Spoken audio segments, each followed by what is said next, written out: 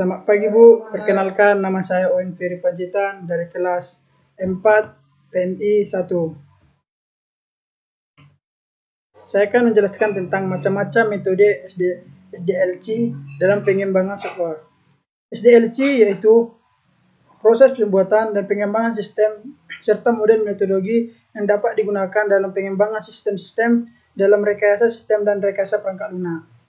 Konsep ini menunjukkan pada sistem komputer dan informasi.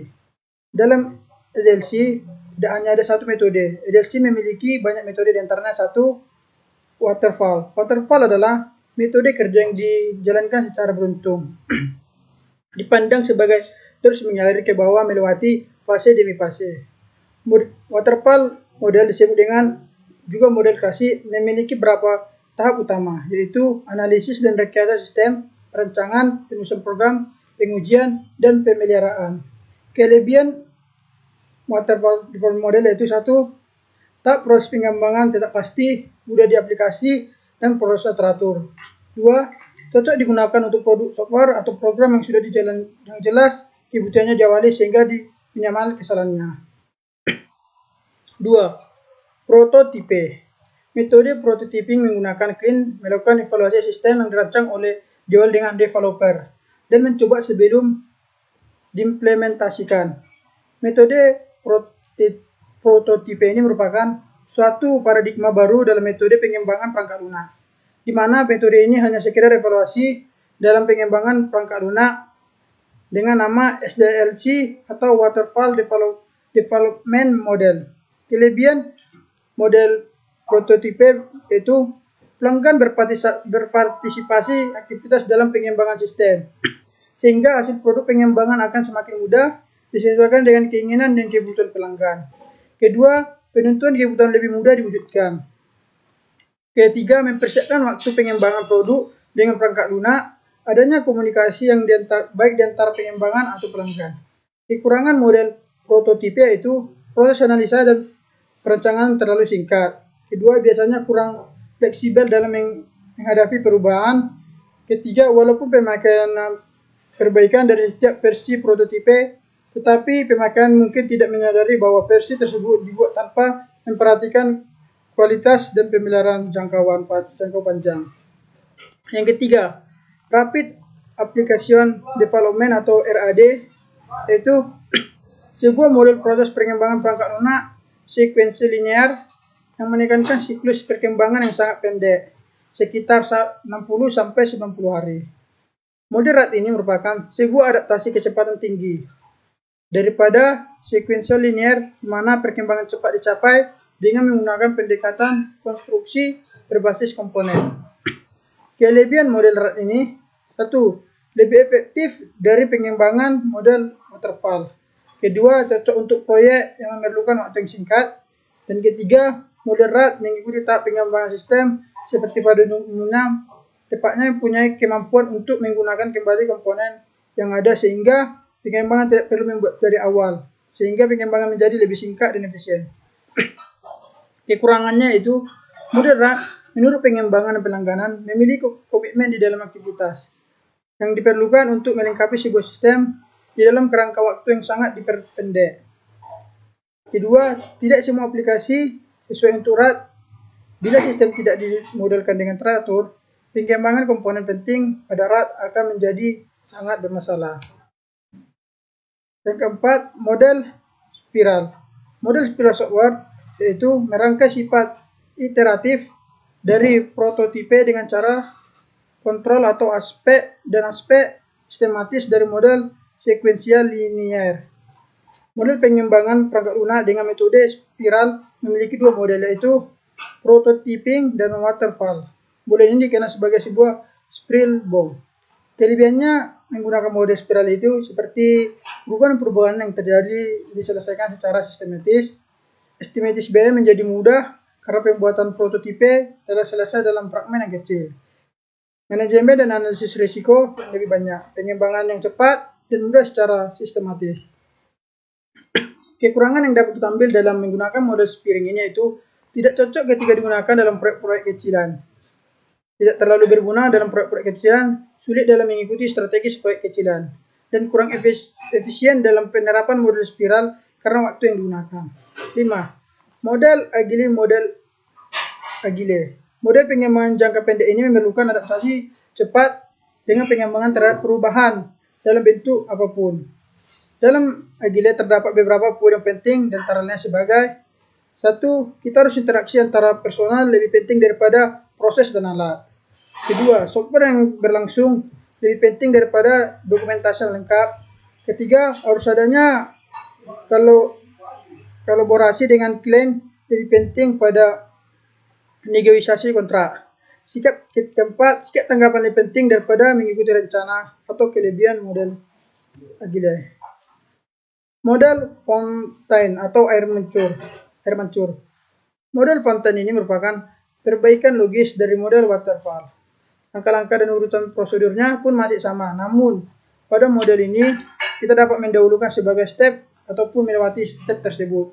Akan tetapi ada yang tidak bisa Anda lewati stepnya seperti yang kita perlukan desain sebelum melakukan coding. Jika itu dilewati maka akan tidak ada tumpahan tindih dalam siklus SDLC. 7. Model Sequence and Stabilizer atau SDLC, yaitu model ini adalah model yang digunakan oleh Microsoft. Secara garis besar, model Synchronous atau Stabilize ini sama dengan model incremental, tapi oleh Cusamano dan Selby tahun 1997 yang menyebut model ini sebagai model Synchronous dan Stabilized model karena adanya beberapa proses manajemen dapat ditekankan oleh Microsoft. Dalam model Synchronous terdapat kelebihan, yaitu membagi produk yang besar dalam bagian yang lebih kecil. Kedua, membuat proyek bekerja secara sistematis meskipun mereka tidak akan dapat menggambarkan atau menyelesaikan sesuatu proyek di awal proyek. Ketiga, mengizinkan tim besar bekerja dengan tim yang lebih kecil dengan membagikan sebuah tim menjadi beberapa bagian. Dan ke-8, model Rational Unified Process, yaitu model pengembangan sistem yang berbasis objek. Metode ini sudah menjadi salah satu metode yang banyak digunakan dalam pengembangan sistem berorientasi objek. App memperkenalkan pendekatan baru untuk siklus hidup pengembangan sistem yang menggabungkan perulangan atau iterations dan tahap atau phases yang disebut dengan siklus hidup app atau app life cycle. App definisikan 4 tahap siklus hidup. 1. Inception, Elaboration, Construction, dan Transition. Kelebihan model RUP ini yaitu adanya beberapa keuntungan dengan menggunakan RUP diantaranya. Kedua, menyediakan akses yang mudah terhadap pengetahuan dasar bagi anggota tim. Ketiga, menyediakan petunjuk bagaimana menggunakan UML secara efektif. Keempat, mendukung proses pengulangan dalam penggunaan software. Kekurangannya yaitu metode ini hanya digunakan pada pengembangan perangkat lunak yang berorientasi objek dengan berfokusnya pada UML atau Unified Modeling Language. 9. Model Boole atau Fixed Metode, yaitu metode ini yang paling lemah di antara metode SDLC yang lain, tetapi menjadi acuan pengembangan metode SDLC yang lain. Boole atau Fixed ini bertujuan untuk memberikan kepercayaan terhadap pelanggan dengan cara memberikan pelanggan perbaikan dan perawatan secara terus-menerus terhadap produk yang digunakan oleh usaha. Kelebihannya itu, Boole atau Fixed dibuat tanpa melalui tahapan analisis dulu. Kekurangannya dapat kita lihat seperti tidak cocok ketika dipakai untuk membuat produk dengan kompleksitas tinggi dan ukuran yang besar. Kedua, biaya yang dibutuhkan akan menjadi sangat membengkak dan membesar ketika Boole dan Fixed digunakan untuk membuat proyek berskala besar. Yang ke-10 itu metode pengembangan ekstrim atau programming. Metode ini merupakan suatu pendekatan yang paling banyak digunakan untuk pengembangan perangkat lunak cepat. Alasan menggunakan metode extreme programming ini atau XP karena sifatnya dari aplikasi yang dikembangkan dengan cepat melalui tahapan-tahapan yang dapat meliputi planning atau perencanaan. Kedua, desain, ketiga, coding dan testing. Keempat, SDLC Big Bang Model itu memfokuskan semua sumber daya yang memungkinkan dalam pengembangan perangkat lunak dengan kode coding dan perencanaan yang sangat sedikit atau tidak sama sekali. Perencanaan ini mempunyai keuntungan, yaitu perencanaan ini mempunyai keuntungan Big Bang model antara lain: satu, model yang sangat sederhana; dua, sedikit atau tidak perencanaan yang dibutuhkan; ketiga, mudah dikelola. Kekurangan Big Bang model antara lain: berisiko tinggi dan kepastiannya dari requirement yang tidak jelas, tidak cocok untuk proyek skala besar, dan berorientasi objek. 12.